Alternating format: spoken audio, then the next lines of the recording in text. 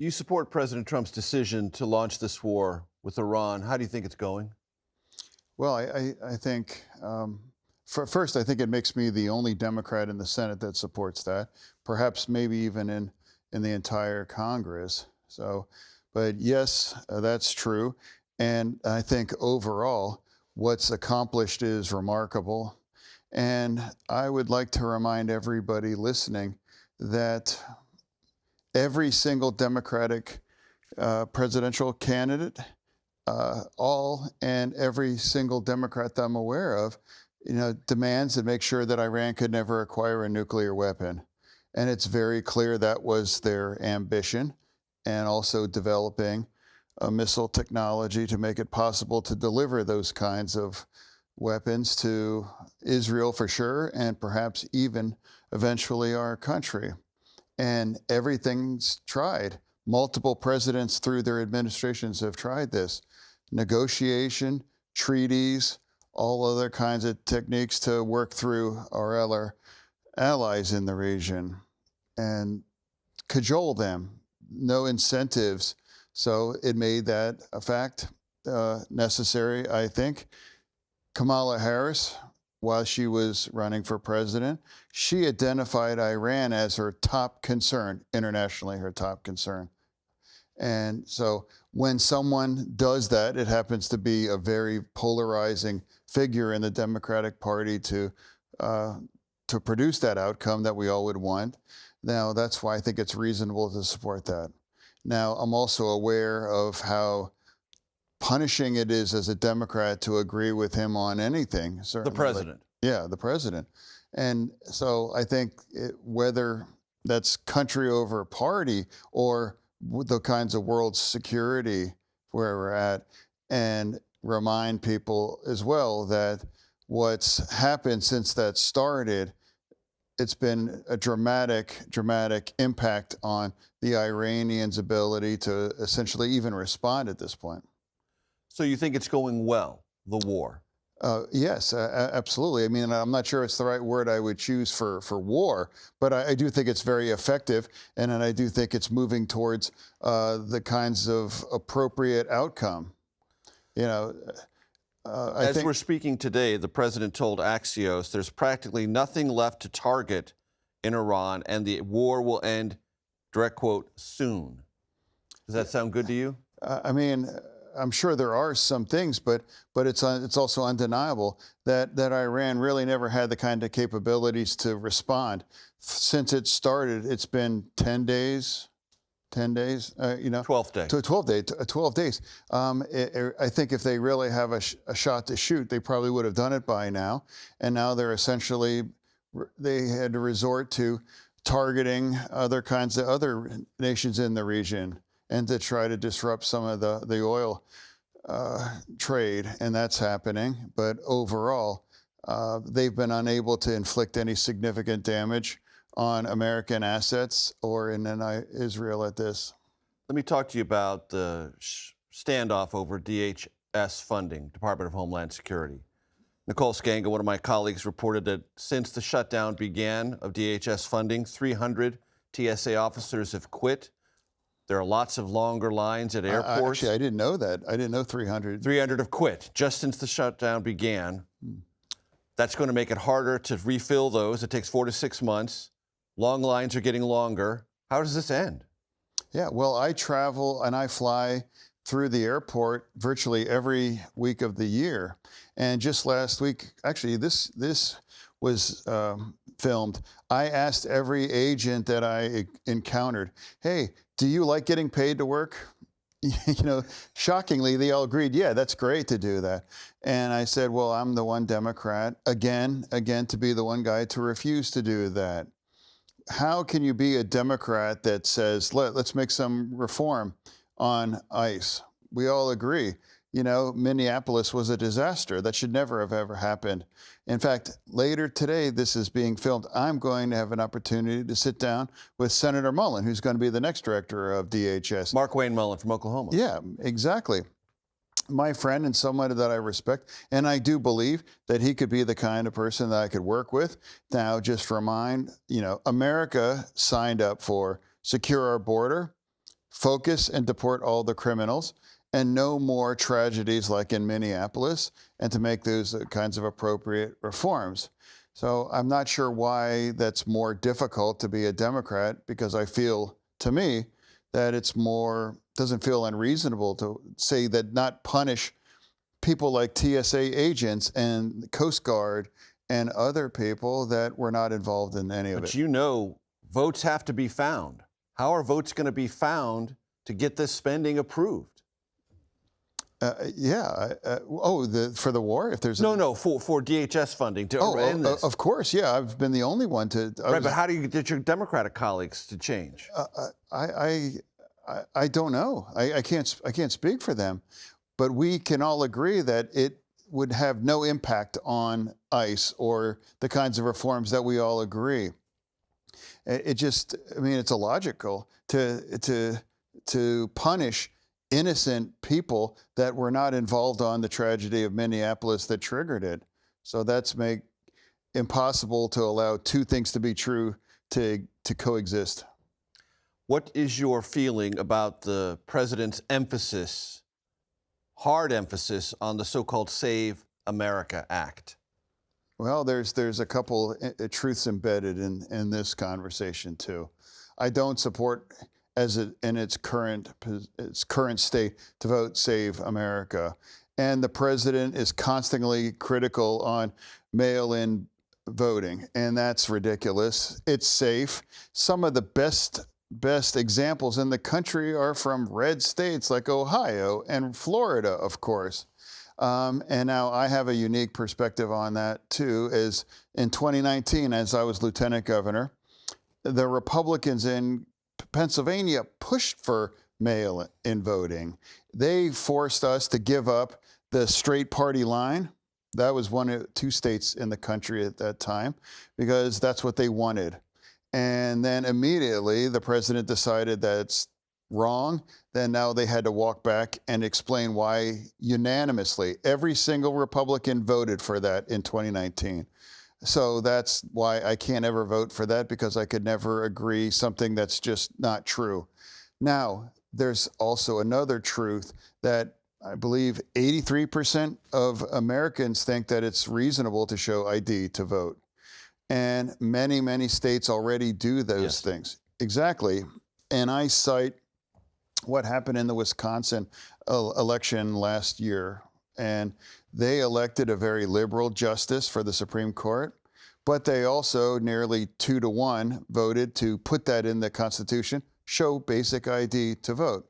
The world did spin off the axis, and I think we could agree they're going to have a safe there. So if the Republicans would ever just make it showing basic state ID to vote, hey, I'm not going to tell 83% of Americans that they're wrong or that they are Jim Crow people. That's that. And also the reason why the SAVE Act will never pass, because the filibuster.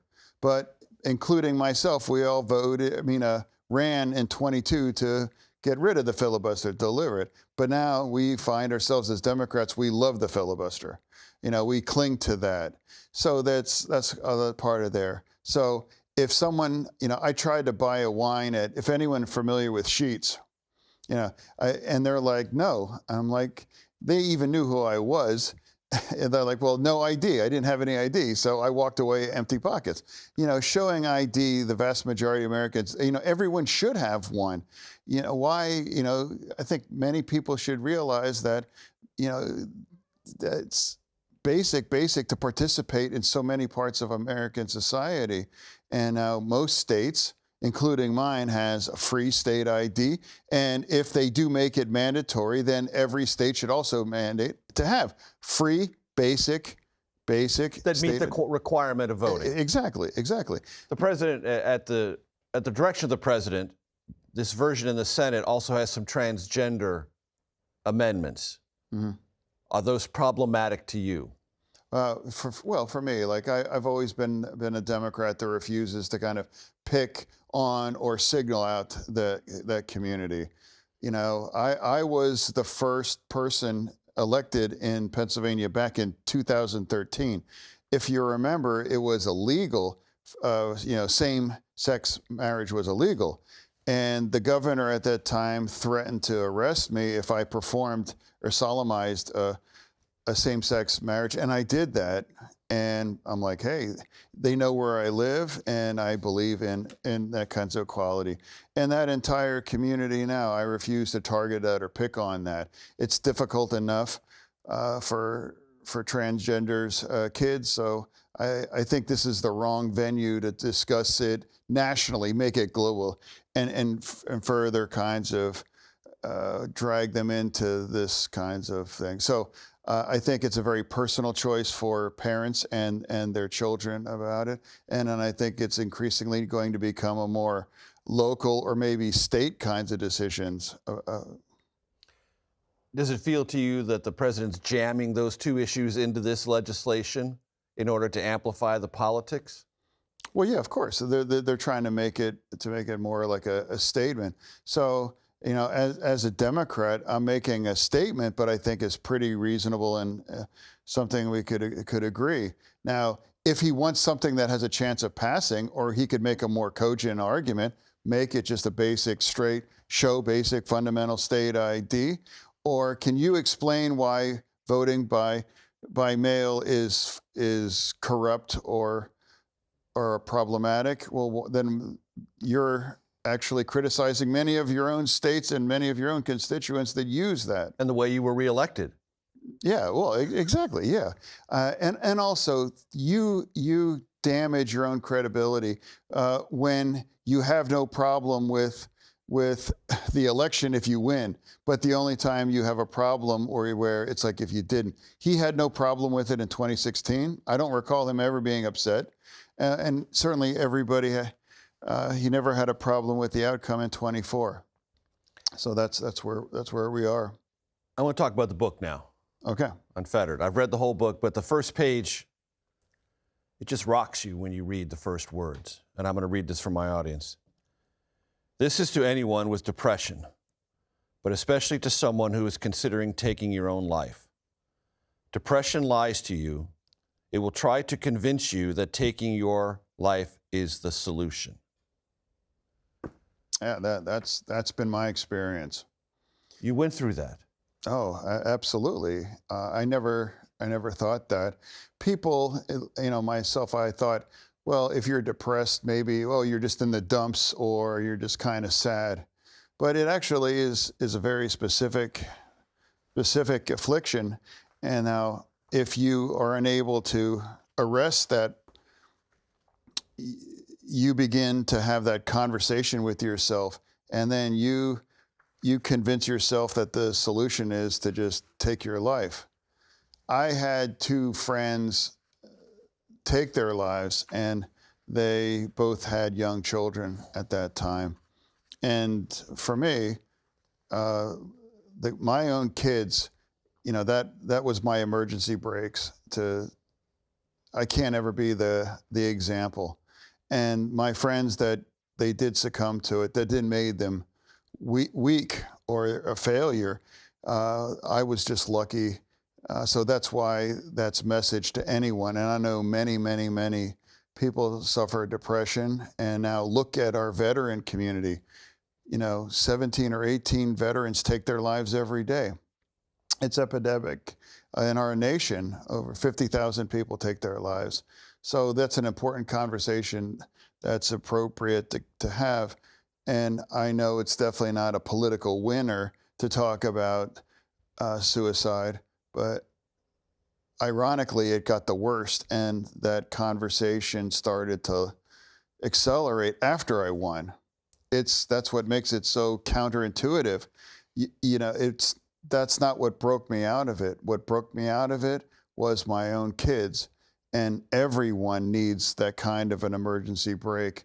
And if you refuse to take that path, that guarantees you'll eventually get back in your path for recovery, whatever that is. I'm not an expert, but I keep it simple to say, stay in that game. And that's the message to anybody. And I've encountered people, they've reached out to me or even stopped me in public.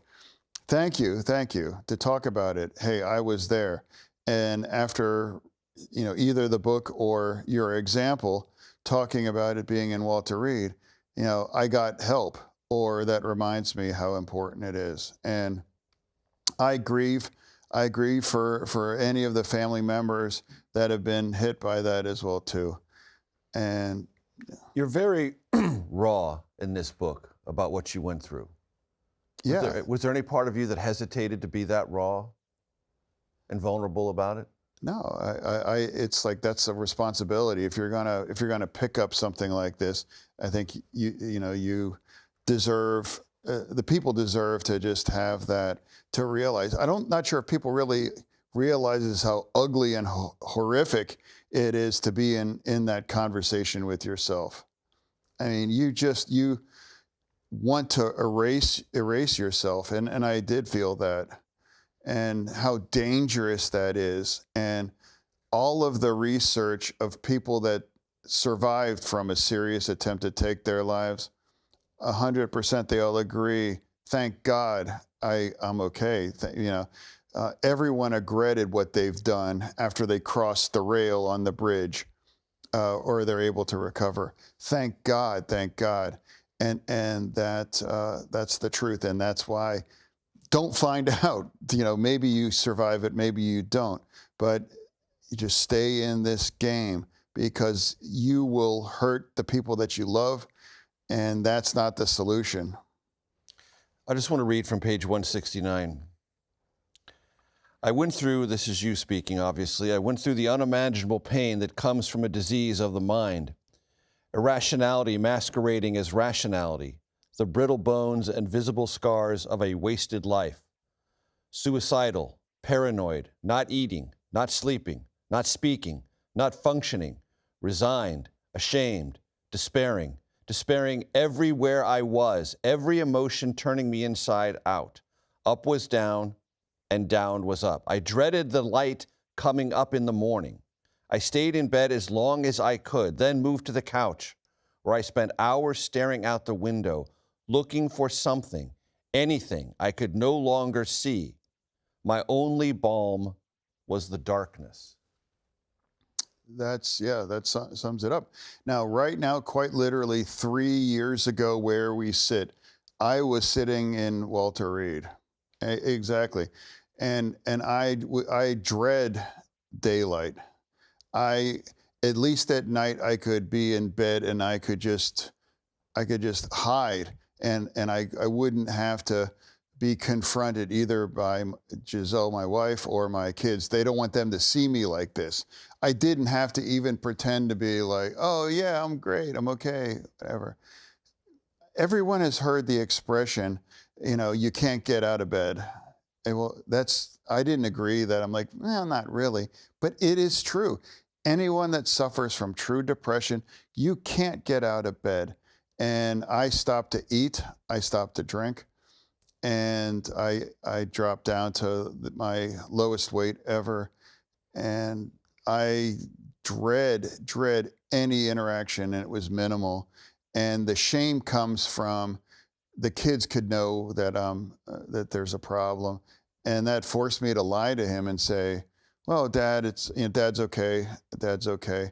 And how scary that must be to children to see their father. And, aren't we enough? Why aren't we enough? Daddy, you won. You won. They just couldn't understand that, and how horrible it is. And yeah, that's why I've talked about it, because I know so many people have that. And every time you come across in the media stories of people that took their life, just recently, like that actor, Robert Carradine took his life. For other people, that tells me that they all had that conversation, and their mind convinced them that the solution is to take yourself out. And that's the lie. Yeah, that's the lie. That's the lie. Yeah. Depression tells you. Yeah, exactly. I mean, look at the people that took their lives. There was the young man that played for the Dallas Cowboys last. Yeah, they have every reason to stick around. See how loved these people were, and they decide that, hey, it's better if I'm gone. That's the lie. And how how toxic it is. You could convince yourself to do the most awful thing you can do to yourself. In the book, you describe being in remission from depression. Well, Because that remission. sounds like a cancer. It is. It's a cancer that if you don't address it, it will consume you. And it will turn you into a person that you just really don't recognize anymore. And then there's a responsibility to the people in your life that you love to stay in that game. So ever since then, ever since that moment, I have nothing but just grateful, profound gratitude to be free of that. And I can't ever see myself ever returning to that dark place and ever allow myself to have that conversation or entertain it. Do you find joy that you didn't used to find in simple things? Oh, I used to really make that, whether it's the very most basic ones like your morning coffee, or more very important things like time with the families, or music, or taking long walks. That was always been my therapy and my exercise. I stopped doing all of those things. Anyone in your life you might think they're depressed. Witness what they used to love if they stop engaging in then. That's a huge red flag, and that absolutely means that this person is starting to count down to the wrong path. What's better, being a senator or a mayor of Braddock? Oh, they're very different. They're very different. But some of my most gratifying ones came from being mayor. That gave me the opportunity to confront gun violence, and I did. And in a community that was racked by that kinds of violence, we were able to go 5.5 years without that, and they live in my arm here. That started, I can't believe now it's been 20 years. So those are tattoos of dates, yeah, the dates of homicides. when the dates when people were killed, and that started 20 years ago. So now here in the Senate, it's a much different kinds of job, and it's a bigger stage, and that's why I want to use that stage to be a value and having that conversation about self-harm, because last year our country reached the 50,000, I believe, Americans took their lives. That's an epidemic. And if that conversation has saved at least a life, and it has, so then it's been worthwhile. I had a father reach out to me, and they had a young son, and I drove and I met with he was 15 years old at the time. And the young man already attempted to take his life twice. And how heartbreaking. I have a son the same age.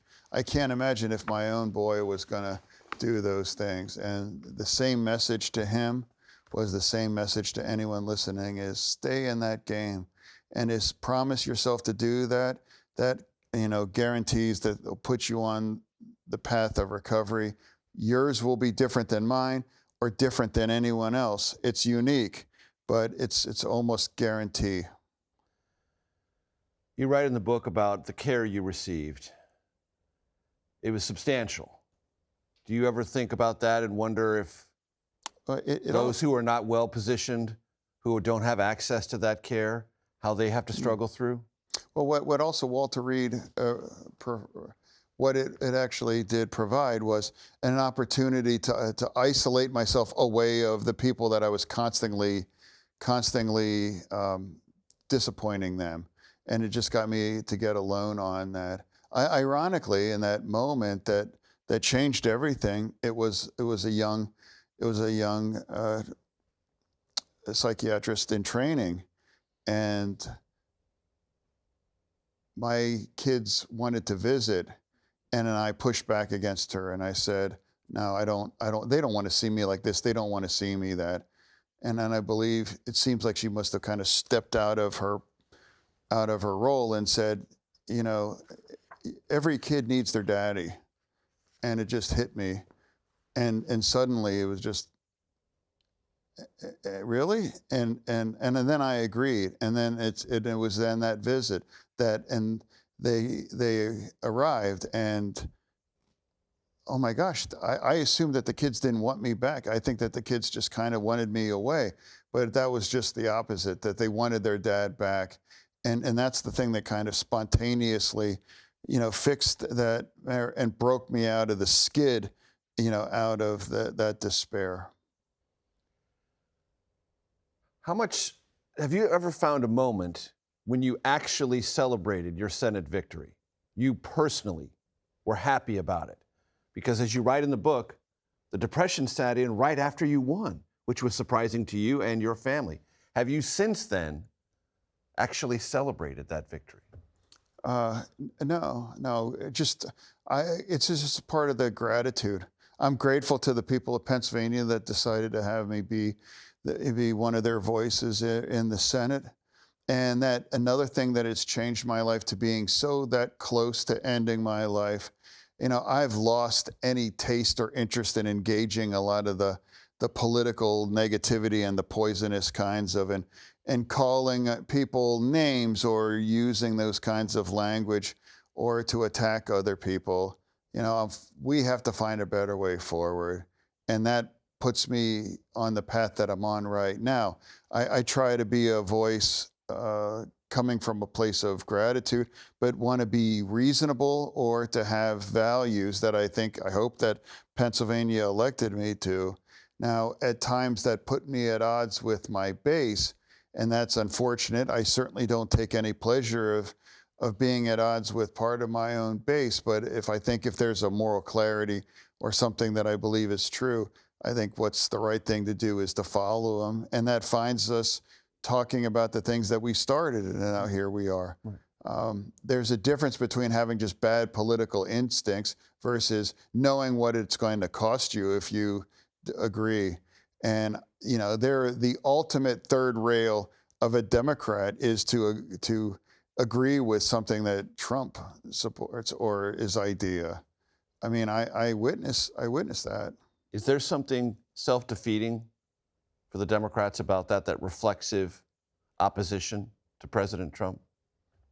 I don't know. I mean, if two women that were close to being our next president identified Iran as significant major risks to American security and global security, and now someone that virtually every Democrat despised, it was successful in doing it just in less than a week, largely.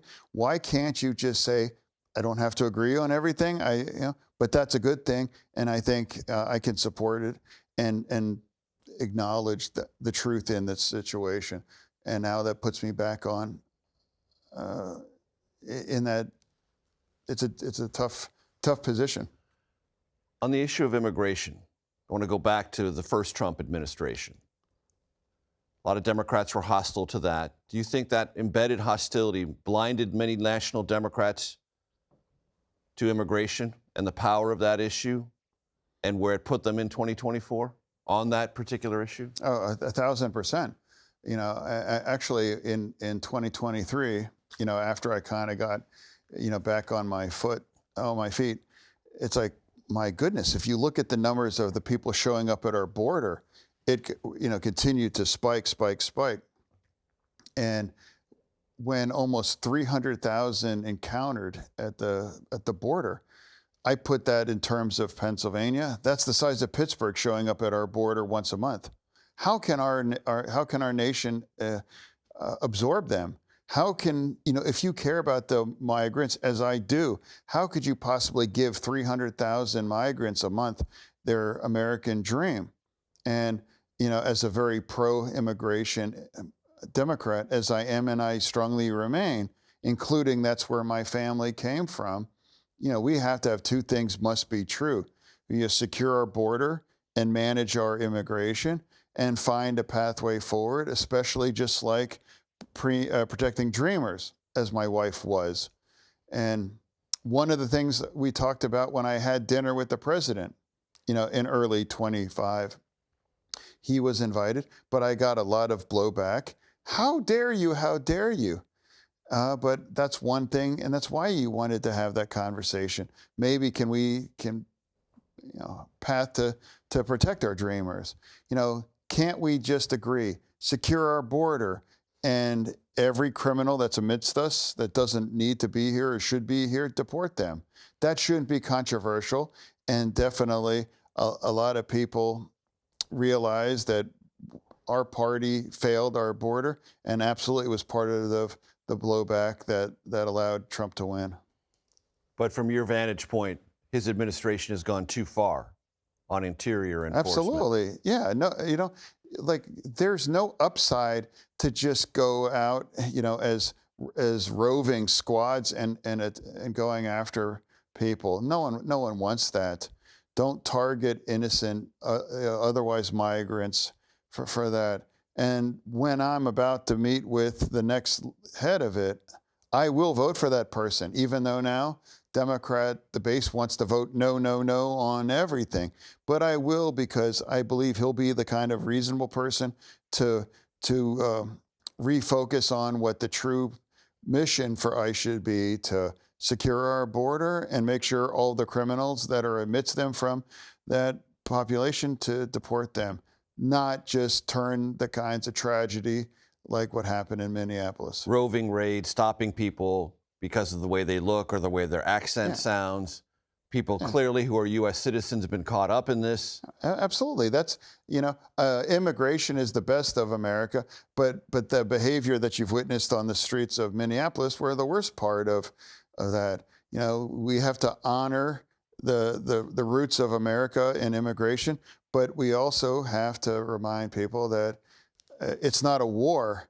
It's a process to make sure our border is secure and to remove it in a way that minimizes the kind of impact in the communities. And now that hurt important industries like agriculture and working in the hotels, and that's also undeniable.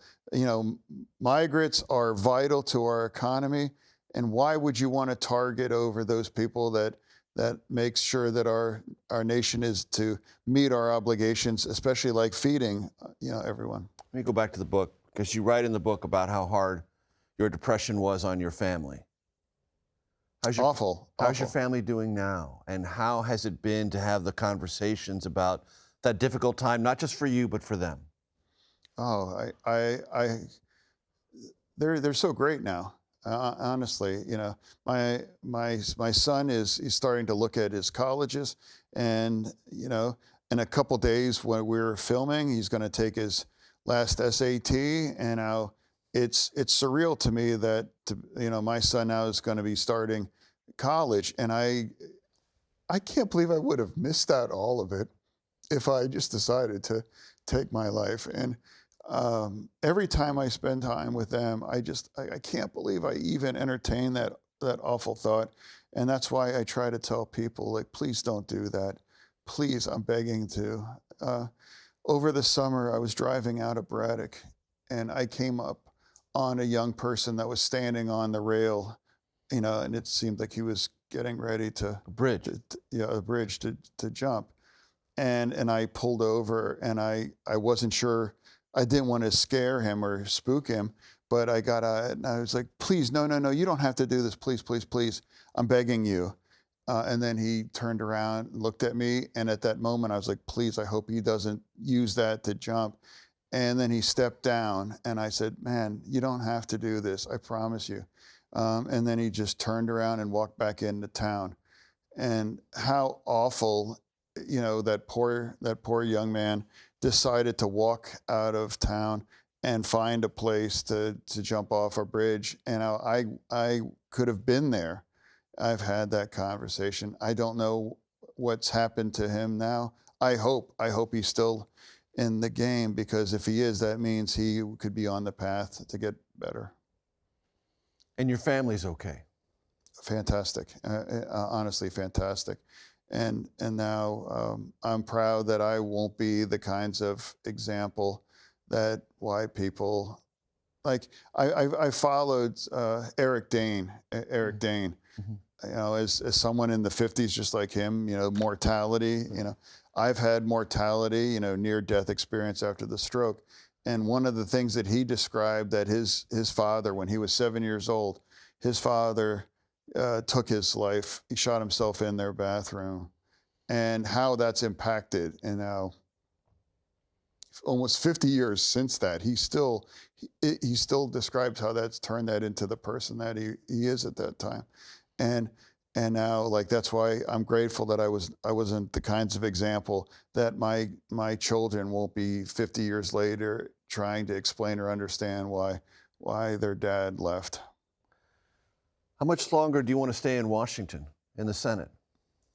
Oh, I want, you know, as long as Pennsylvania wants me to be their voice. So you could do this for quite a while. Oh yeah, I mean, but you know, when mortality taps you on your shoulder, I mean, Right. so for me, what's most important is I guess my question is, you're not sick of it. You want to stay in what you're doing, and the Senate works for you. no, like I'm always grateful to be there, and I'm proud to be that voice for Pennsylvania. But what's most important to me, though, is to be honest and to be true on the kinds of moral clarity. And unfortunately, that's been putting me more at odds of parts of the base. And for any Democrat that's listening that's disappointed, I would remind them, look at my record. I vote somewhere in the 92, 93%, the Dem line. I can't explain why I'm very popular with Republicans, you know, because I haven't voted for the big things like big, beautiful bill, or I won't vote for Save America the way it's currently set up. And I'm not sure how that's possible.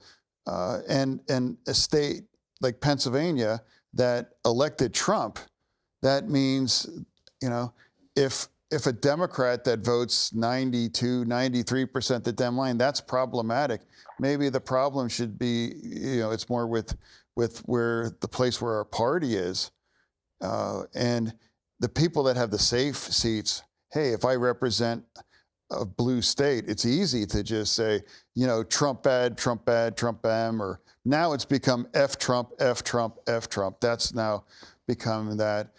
So that's what's required to be a Democrat now. And I think it's more important to be honest to the true values and remind people that there is another side.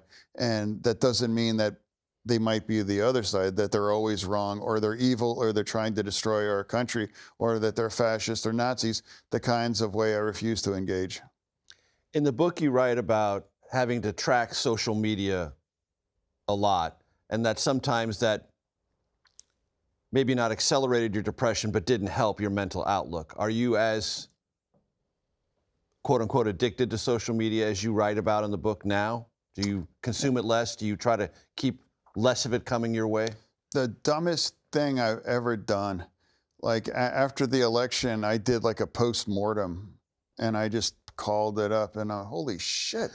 You know, not what they said, but just the volume of it. The volume. Where does this come from?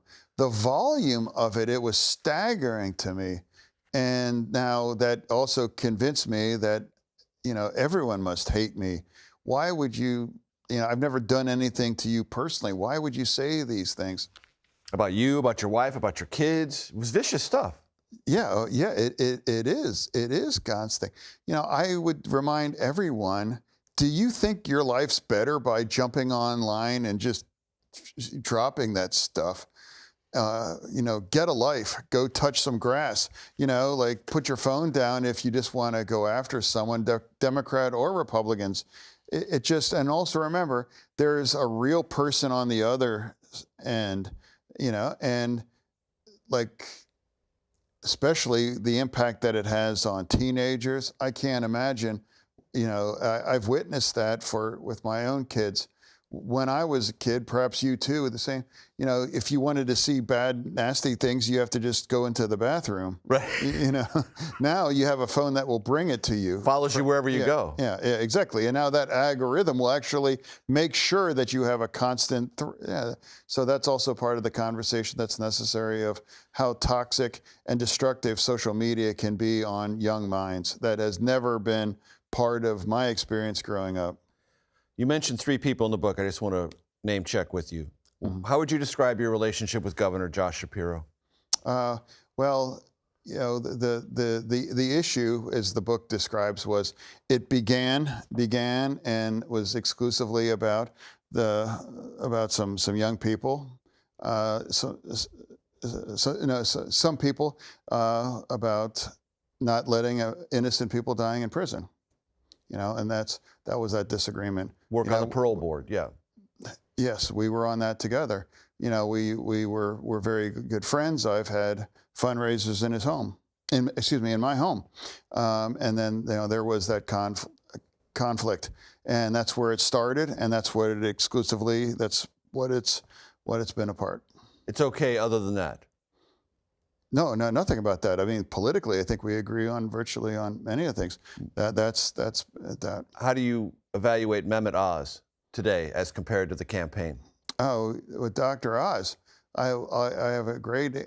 I was at an event and he was there, and I came up there to be like, "Hey, Dr. Oz," I didn't come over there to gloat or anything. I just wanted to be like, "Hey, everything's okay," man. I just wanted to. Because the last time we were together was on that debate, what a disaster that was, of course. And at first he was a little, I didn't know.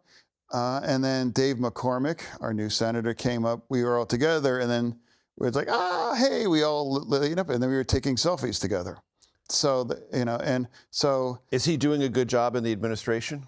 Dr. Oz? I think it's entirely appropriate. I mean, it's what we're discovering. There was a lot of fraud in Medicaid, and now let's root that out. That's the same thing about immigration. Root out all of the criminals and deport them. And now I'm very supportive of Medicaid, obviously, but now root out all of the kinds of fraud. Who doesn't want to waste American taxpayer money on fraud for that? So it seems like that's what he's zeroing in on. And as long as he continues, yes, absolutely. And Senator McCormick, how's your relationship with Dave McCormick? Oh, we're I think he's a great guy, and yes, he's a different party, and some people think it's problematic for me to be friends, and that's on them, not on me or him, and so we are going to work together, and we're going to fight for wins for Pennsylvania and our nation. What we can agree on, we're going to work together. And the things that we don't, we're going to respectfully disagree. And we're not going to call each other names. We're not going to add to this toxic environment and poisonous environment. It's only getting worse. We're 14 months into the Trump administration, and it's already pinned the needle on how vicious and I don't know. It's just imagine that, let's stack 6 more months, another 6 months. I mean, the only direction it's heading is worse, and more intense. Senator Fetterman, been a pleasure. Thank you. No. Hey, thank you for having this conversation. Appreciate it. Thank you very much. Thank you.